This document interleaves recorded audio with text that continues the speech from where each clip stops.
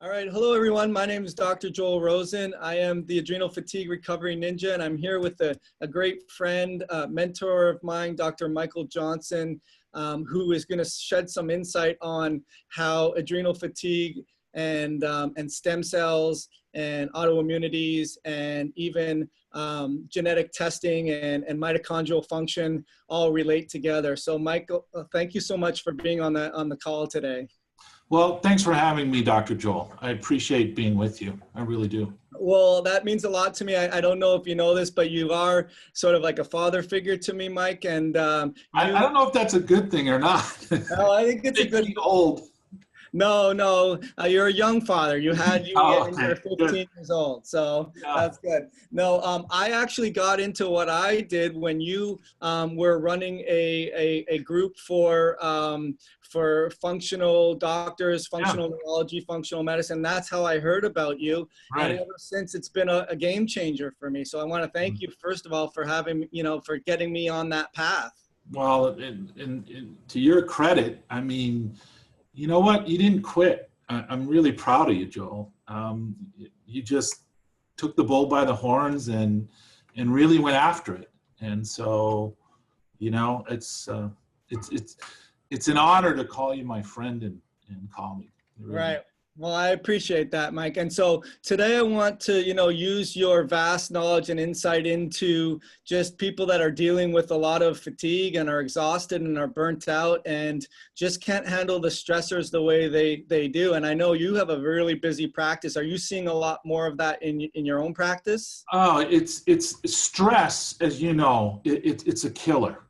And as you well know, and I'm sure you've talked about it and we're going to get into it, stress will just cause havoc with the body at every system, the cardiovascular system, the nervous system, the endocrine system, the reproductive system, the digestive system, everything. And so you're right. I've been in practice since 1983, and the stress level just seems to have gotten worse. And it's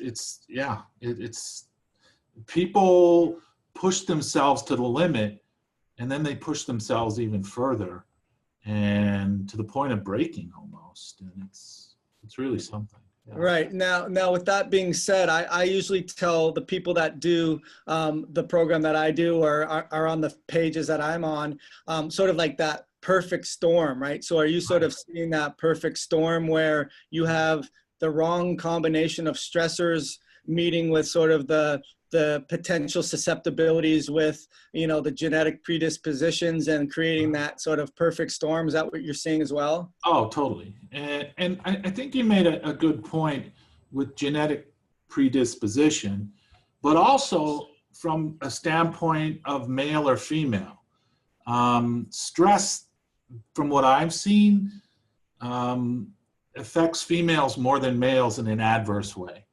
And as I'm sure you see, and maybe it's rightly so, but a large part of your practice is probably female compared to male, just because most men won't go to the doctor until they're dead. I just spoke to a guy yesterday. He told me he had kidney failure because he had really high blood pressure and high blood sugar. I said, weren't you getting it checked every year? No, I never went to a doctor until it was too late, and now he has kidney failure.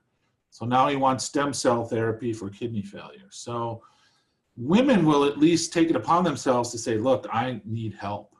Most men won't. Right. Right. Yeah. They do attribute that in terms of the differences in longevity, right? Is that they go and do something about it. Exactly. Yes. So one of the reasons I'm really excited to get you on here is because I know you are always on the leading edge and cutting edge of what's new and what's out there. And you just mentioned a little bit of stem cells, and I'm sure we can go in so many different directions on that. But what was the reason, first of all, that you brought it on to your practice? Sure. So in 2009, I was diagnosed with MS. And I'd already been diagnosed with Hashimoto's thyroiditis. And usually if you have one autoimmune disorder, you have multiple, as you already know. I also have Derkham's disease. It's fatty lipomas under the skin. That's autoimmune. So what happened, I can tell you the date, November 1st, 2008.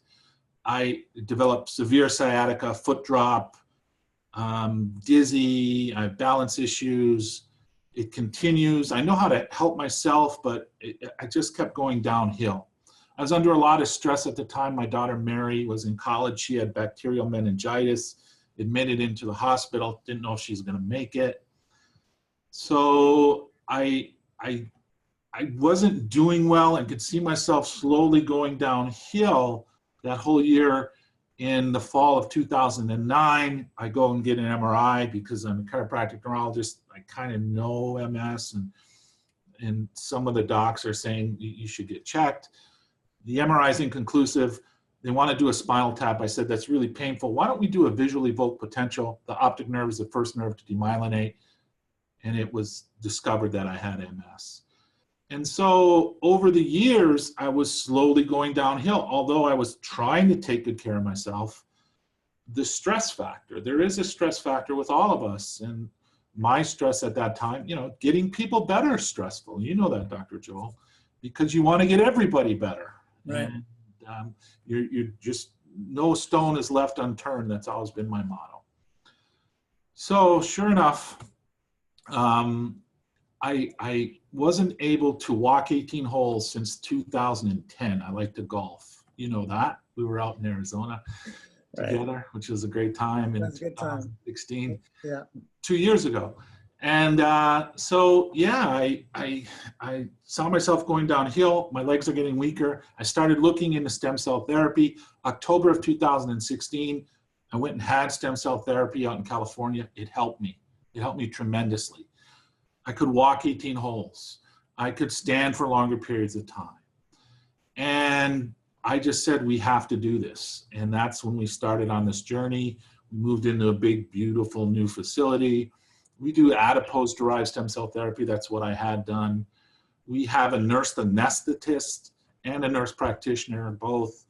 The nurse anesthetist does intrathecal injections into the spine so the stem cells cross the blood-brain barrier for MS and stroke and Parkinson's, neurological disorders. Otherwise, we'll, you know, inject stem cells directly into joints, or we'll IV the patient, say for a lung disease or things like that. So yeah, it's been a great journey. It really has. So how would it relate to the layman who's saying, well, I'm stressed out and potentially I've done, you know, like you've always said, a Santa Claus bag of supplements, and I got, you know, a laundry list of doctors and stacks of paperwork. Right. How will that help my stress and my problems? Great question. Right. So first of all, yeah, you have to deal with your stress. So part of that, as you, I'm sure, preach, is diet and exercise. A good diet, and you got to exercise. Secondly, from our standpoint, we do thorough testing, as I know you do too. Right. Complete blood work. We do genetic testing just like you do. We also do hormone testing. And as you know, something, and I'm sure you've educated all your patients, pregnenolone steal, when you're under severe stress, you need cholesterol. Let's start there. Right. And cholesterol turns, you know, you have pregnenolone, and then it separates to DHEA and progesterone. And progesterone rolls down into cortisol, your stress hormone. Well, if you're under a lot of stress, that's that pregnenolone steal. You're taking all that down because of the stress to cortisol. So as a male, you may have low testosterone. As a female, you may have low estrogen. So we test for all of that. What does that have to do with stem cell? Well, stem cells are blank cells. So they can turn into any other type of cell. So what we want to do is, if the patient does have an autoimmune condition where their immune system is attacking their body, just like with me, stress is going to really continue that attacking. So stem cells help replace the cells that the body's attacking. So say, for instance, and this happens, your stem cells are attacking your adrenals. I mean, the stem cells can go to the adrenals and help heal the adrenals. You well know there are other things that you have to do nutritionally, like you said, with the genetics. I mean, you're the complete package in that regard, but that's how we kind of fit it in with stem cell therapy, correct? Okay, awesome. So as far as the people that you're seeing, though, I know you see a bunch of, I mean, we're talking about stress for me, but then you were talking about the guy that had the kidney failure, and then I know you've talked about emphysema. So what are all the applications that you can have that? Sure. So again, stem cell therapy is not a cure. Stem cell therapy, and this is why I think it's more of a natural approach. They're your own cells, number one, so there's no chance of rejection, but they allow the body to heal itself. So we are allowing the body its maximum capacity to heal itself. So if you have, and we have patients like this with lung disease, COPD or emphysema, we have a lot of those patients. So how do the stem cells know to go to the lungs or the liver or the kidneys or the adrenals or the stomach? Where? What happens is when you have damaged tissue, you know there's inflammation. And when there's inflammation, that gives off enzymes. Those enzymes then attract the stem cells. So if we IV it into a patient in their arm, how does it know to go to the kidney? My last patient today was a kidney disease patient. Because of that damaged tissue, because of that inflammation, because of the enzymes attracting the stem cells. So that's really where the stem cells come into play. It helps regenerate the body, and that's why it's called regenerative medicine. So is it correct to say, because I don't do it, and this is a legitimate, that it kind of goes towards the weak link in the chain? Or totally. That's a perfect analogy. And you know what? I'm going to steal that because that's okay. I've used a lot of stuff from you too. So I'm always flattered when I can give you some stuff to use for yourself as well. So that's what it will do, is it will, if you keep pulling and pulling and pulling on that weak link in the chain, ultimately it manifests as, priming the pump. It manifests in you, MS, in me, say GI systems, in someone else, synovial tissue. So in a lot of people, a lot of those things. Yeah, correct. That is correct. So as far as what kind of outcomes do you tend to see with that? We have a better than 95% success rate. I mean, the people, that don't get better will just come back and do another round. With most chronic conditions, I'll say this, we do 3 rounds. The patient will pay for 2 and we do the 3rd.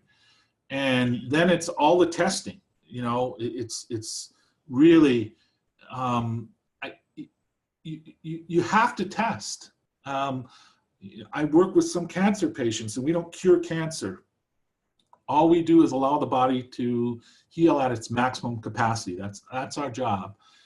And I just had a lady on the phone today who contacted me from California, and she has cancer, and she had seen my video. I have a lot of videos up on YouTube, and you do too. And she had been doing some research, saw my 2-hour cancer video, You Can Beat Cancer Naturally. And I said, look, before we do anything, we have to do these tests. And she related to me that she had had some blood work done. And as you know, medically, it's very minimal. It's very minimal. And I am like, we need to do more than that. We need to do the genetic testing. We need to do the hormonal testing. We need to test for heavy metals. I mean, we need to test for everything. And that's what medicine is missing. As you know, Dr. Joel, medicine does a great job when it comes to acute care. We need medical doctors. Some of my best friends are medical doctors. They do great work with acute cares, broken bones, heart attacks, strokes. But when it comes to chronic conditions, adrenal fatigue, as you address, chronic COPD, thyroid disorders, autoimmune disorders, peripheral neuropathy, chronic conditions, they really drop the ball. I mean, let's just call it the way it is, because when medical doctors are critical of me, and there are a lot who don't like me because I'm out there and I put it out there, I don't care, because I've made my living since 1983 off of their failures. So if you would just get people better, then you wouldn't need me. They wouldn't need you, but they're not. And unfortunately, with many medical doctors, you're nothing but a number and you're nothing but a dollar sign. And that's unfortunate. So one thing though, where would they go to see these videos? Because I know you've done a lot of videos. So what's my YouTube channel, Dr. Michael Johnson, and then also we have another channel for stem cell, Optimal Health and Stem Cell, Optimal Health, Stem Cell, and Wellness Institute. So okay, and they'll go there and they'll see those videos. So now I would imagine this is just sort of an extrapolation that not all stem cell clinics are going to have 95% success rates. Well, beautiful point, because most stem cell clinics, even that they might do adipose, and there's a reason we do adipose, I'll get into it in a minute, but they'll just harvest the stem cells, spin it down, IV it back into you, send you on your way. They won't do any testing. They won't do any blood work. They won't dig to the source of the problem. So it's not just filling you full of stem cells. You have to do the testing. You have to find out what's going on. There's 3 types of stem cells, actually 4. The first one is fetal or embryonic. That's illegal in the United States. They're from aborted fetuses. We don't do that. We never would. Second one is amniotic. For us, our office, we tried amniotic. 100 patients, only 5 got better. It didn't work for us. I'm not saying it doesn't work. I'm not saying to be critical. There are doctors in the group that Joel and I belong to that do amniotic. God bless them. Adipose is from fat. So you draw off the fat, spin it down, IV it, inject it into the patient. Finally, bone marrow. Bone marrow, it's a lot tougher to get at. You're hammering a big spike into the hip. It's nasty. We looked at it. We really looked at it hard. We decided against it because the benefits just aren't there. So the difference between us, the Optimal Health Stem Cell and Wellness Institute, and every other stem cell clinic out there is all of the extra testing that we do with the patient. We don't leave any stone unturned to help you get better and get to the root of your cause of your problem. Right. So, but then you also mentioned too, within that, you can go intravenous or intrathecally as well. Does it matter which one you use to do administration? Great question. Yeah. Boy, I'm just so impressed with your questions. There we go. Yeah. You're the best. So exactly. COPD, autoimmune disorders, sometimes chronic pain, we'll do an IV. Shoulder, knee, hip pain, directly into the joint. MS, and we're getting some really great results with MS. Parkinson's, stroke rehab, we're going to do an intrathecal injection. So that's when the nurse, the anesthetist, comes in on Thursdays, and we'll do the intrathecal. So yes, specific conditions require specific protocols in stem cell therapy.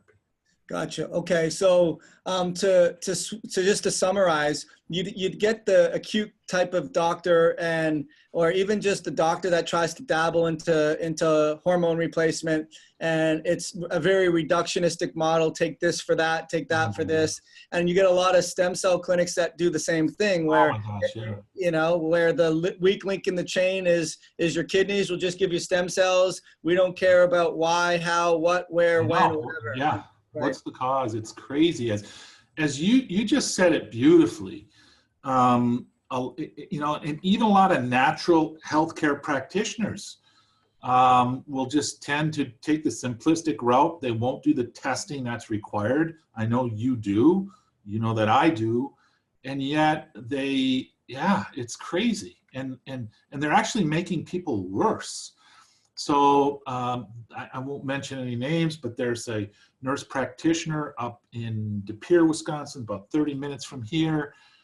You know, she's into women's health and she's into bioidentical hormones. Great, but you just don't bring them in the office, slap them full of bioidentical hormones and send them on their way. That was a beautiful point you made. You've got to do the testing. Otherwise, you're just guessing with the patient's health. Well, aren't you finding also that most of the people that the toughest cases, the perfect storms that you have to work with, are undoing all the things that the stone was casted so many years ago for, you know, taking the wrong thing, and now they're messed up from that. Oh my gosh, yeah, it's crazy. I mean, and unfortunately, most patients, and I'm sure, I know you see this, they've done everything else out there, and then they arrive on your doorstep. Right. And you really want to work to discover the root cause of why they have the problem, address it successfully, and get them better. I mean, that's the bottom line. That's the way. So one of the things you mentioned though was, like with the adrenals, potentially the weak link is the adrenals are being beaten down and they can't regenerate at a rate that they're being beaten down at. So that's where genetics come in. So I did really want to pick your brain on this as well. So, we talked about it in terms of the new thing that we see out there now is the autophagy and the mitochondria. And so give me a little bit of insight on what because on that, because I know you're really well versed on that. But what does that even mean? Let's say I got my MTHFR, most people know about. Now my audience and your audience is probably a little more sophisticated than that, and they know about GAD and COMT. But what's this whole thing now about mitochondria and autophagy and stuff like that? Well, mitochondria are the powerhouses in the cell, and basically autophagy is just a term, again, that means you're not healthy, right? And your body needs support. That really is what it is. And with the mitochondria being the powerhouses of the cell, I've always geared my practice toward mitochondrial support. And long before I even knew what I was looking at when I looked at a genetic report off of Livuelo. And I know you look at that too. So, you want to get to the root level of what's going on, and the mitochondria are really it. So you're talking about adrenal fatigue. You're talking about the patient can barely put one foot in front of the other. They're just you said it best, they're beat down. And where you have to look and what you have to do is to get at the mitochondrial level. I don't know what you do for it. What I like with the mitochondrial support, I like PQQ, I like NADH. Those are a couple of my go-tos. It's been nice that you're all aware, and you are aware of our mentors in the genetic realm, Ben Lynch and Kendall Stewart and Amy Yasko. I mean, I look at everybody. Nobody has all the answers. Right. I don't have all the answers. You don't have all the answers. We're searching to help our patients. But I will say that, yeah, I first heard of the autophagy and from Kendall Stewart. He's really the one that has brought it to the forefront, and he's a medical doctor down in Austin, Texas. And he's really on the cutting edge of things. And he's developing a product right now that's going to handle it. And I'm really just super impressed with the work he's doing because he's in the trenches. And kudos to Ben Lynch, and he has a new book out, Dirty Genes, I think it's the name, and it's great. But he's not in the trenches like you and I and Dr. Stewart and all the doctors in our group. I mean, we're there helping patients, and nothing brings me more joy, and I know you feel the same way. Patient walks in the door, Doc, I've never felt this better. Thank you so much. Right. And frustrating when it's a difficult case and you keep trying to get to, I used to have a full head of hair in 1983. So you still do. Right.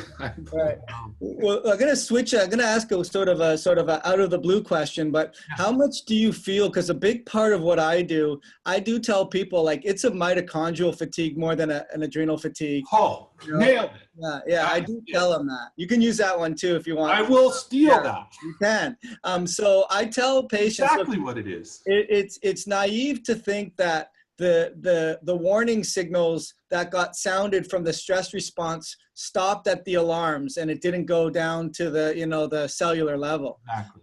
But I tell patients upstream from the cellular level is the frequency and the vibration.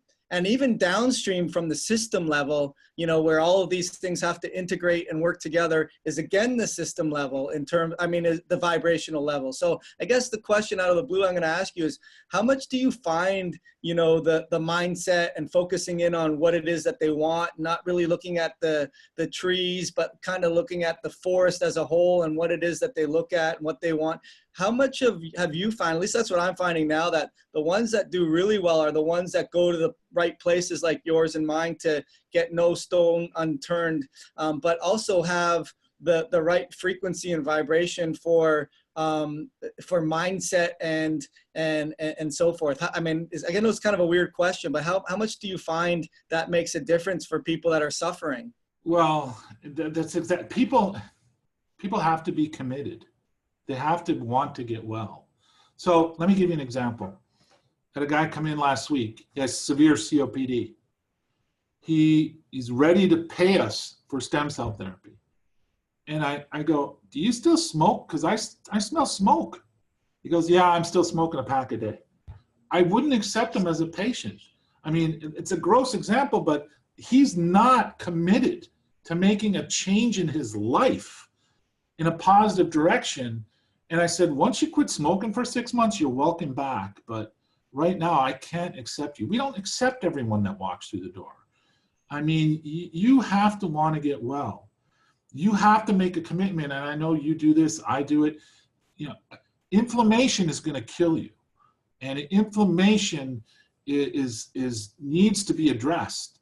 And one of the best ways to address inflammation is through diet. So you can't be eating at McDonald's for breakfast, Burger King for lunch, and Arby's for dinner every day and think you're going to get better. That's just not going to happen. There has to be something on your end. And part of that is an anti-inflammatory diet. I like an autoimmune paleo diet. It's more vegetable-based than it is meat-based. But yeah, to come back to what you're saying is, you're right, headspace is a big part of it with patients. It truly is. Yeah, I mean, I think it's a part of the consequence of that medical model of, go to bed, plant the pill, and literally the beanstalk and the pot of gold at the end of the rainbow's there. It's just that, that's kind of like, Yeah. And those are the people that ultimately aren't at the, at that level of, I guess they've been in enough pain where it's more painful and more expensive to not do change than it would be to change. I mean, I think that's the biggest difference. Well, it is. But here's the thing, and I tell this to everybody, I've told this to everybody, there are so many people out there. And now, as you know, with Skype, it's a worldwide, I just spoke to a guy from England. His brother has kidney disease in Pakistan today. He called me. That there are so many people out there suffering. And part of the reason they're suffering is, as I'm sure you've addressed, is all the chemicals in our food and our water and our surroundings and just that chemical stress on the body. B.J. Palmer, the developer of chiropractic, talks about toxins, thoughts, and trauma. And that's where the toxins come in. It's a toxic soup. And then there's trauma, and then there's emotional stress. And so there are so many people out there suffering. There aren't enough of us, doctors like you and I, the doctors in our group, out there to help them all. And I mean, it's amazing. It truly is. So do you feel like, that the sky's falling? Because a lot of people will say, like, can I get better? It's worse than it's ever been. Like, what would your answer be for that? It's going to get better, but it's going to take work. It's going to take work on your part. It's going to take work on my part. I mean, I'm not a quitter, and I'm not giving up ever. You came to my doorstep. This is what you want to accomplish. You told me your goals. Let's get after them. So, yeah. Right. Awesome. So usually in parting, like I actually got this, like I listen to a lot of different people like you, and I actually listened to a lot of your old seminars, believe it or not. I actually just listened to yours with the with Dr. Marshall at the PRL, the thyroid one. That was a great one, by the way. And I'll try to leave the link to that. But I listened to the Dirty Genes one with Dr. Lynch. And one of the things that he did with his guests was he asked them at the end of the interview, if you yourself could go back, say, in your early 20s, or go back at any point in time and change, something about your life or your health that now that you didn't know then, what would that be just for you? I'm just kind of, is there anything, that you would change? Well, I'll tell you, and it's up on my YouTube channel. If there's one regret I have, when I was young, I was very immature, and you know, I wasn't a very nice person, and I would rather, if I could go back to my 17-year-old self, 16-year-old self, I'd just say, you know what, it really doesn't matter. Just be nice, be nicer to people. And what I did was I gave an example of a guy, his name was Dean Erickson, and he recently passed away, I think of an autoimmune disorder. And just when I was a kid, I was in high school, I was a freshman, he was a junior, and just how he friended me. And you know what? He was just a genuinely nice person. So if there's one thing that I could change about my life, and I know you can't go back, I wish I was nicer when I was younger. I really do. Yeah, but you're making up for that with all the people that you're helping and giving a damn. You know, I always say, Mike, that it's kind of a sad state of affairs when your unique selling proposition is that you give a shit now. I mean, that's kind of a sad thing, right? That is true. That's right? Man, yeah. you got some stunning points. I got some good ones. And all of them that I'll steal, but I'll make sure to give you credit. I want you to, because, you know, it's like you said, if the doctors that do acute care management, which do a great job, and you, like you've always said, you wouldn't want to be anywhere else in the world, you know. Right here. But if they, you know, handled their business, then we wouldn't be in business. And right. Then also, if they gave a crap, then our not, you know, our giving a crap wouldn't be a unique thing either, right? Right. That's exactly it. So, but anyways, I want to thank you so much. So how does someone get in contact with you, you know, to follow up and find out more about stem cells? Right. You can email me. Emails me is the best way. And I get a lot of emails, but I get to them. It's mljohnson@askdrjohnson.com. That's mljohnson@draskjohnson.com. And is that you, put you on the spot, that answers it? You're answering? That's me. That's not my staff. Yeah. There is another staff email with my name on it, but no, that's me. And that's you get me, and you will see that email is on the end of every video that I make, because I want direct connection with people. As you well know, when you're suffering, it's like you're out there in a sea and somebody's throwing you a life preserver, you know? So I want to be that guy throwing that life preserver. The same thing, coming back to what you said earlier, Dr. Joel, some people say, no, I don't need that life preserver. and that's okay too. I never try to make anybody wrong for not choosing me that minute, because I've had people in my years of practice come back a year later, 2 years later, yeah, I'm ready to do this now. And right. They are. And that's right. It really is. Well, that's awesome. I've always said, I'm like you said, I don't know if you've said this too, is like with that life preserver, I'm not going to pull you in kicking and screaming, right? I'm not going to do that. Yeah. It's a hard lesson, you know, because you care more for someone's health than they do. It's something that's hard. Yeah. It is hard. Well, awesome. I want to thank you so much for doing this. I think there's lots of great nuggets in here for people, and certainly they have a resource in you to inquire about the stem cells. And, you know, when they've tried everything and it hasn't helped them, then they still have options. And that's what we're trying to provide people. Well, thank you, Dr. Joel. It was my pleasure. And I really appreciate all that you do. And I greatly appreciate our friendship. I love you like a brother. Me too. If you were there, I would say big hug, right? Big bear hug right now. Awesome, Michael. Thank you so much for doing this. And I'll make sure that we get, you know, a round of golf one of these days pretty soon, right? Cool. Thank you. Thank you, Mike. All right. So I just stopped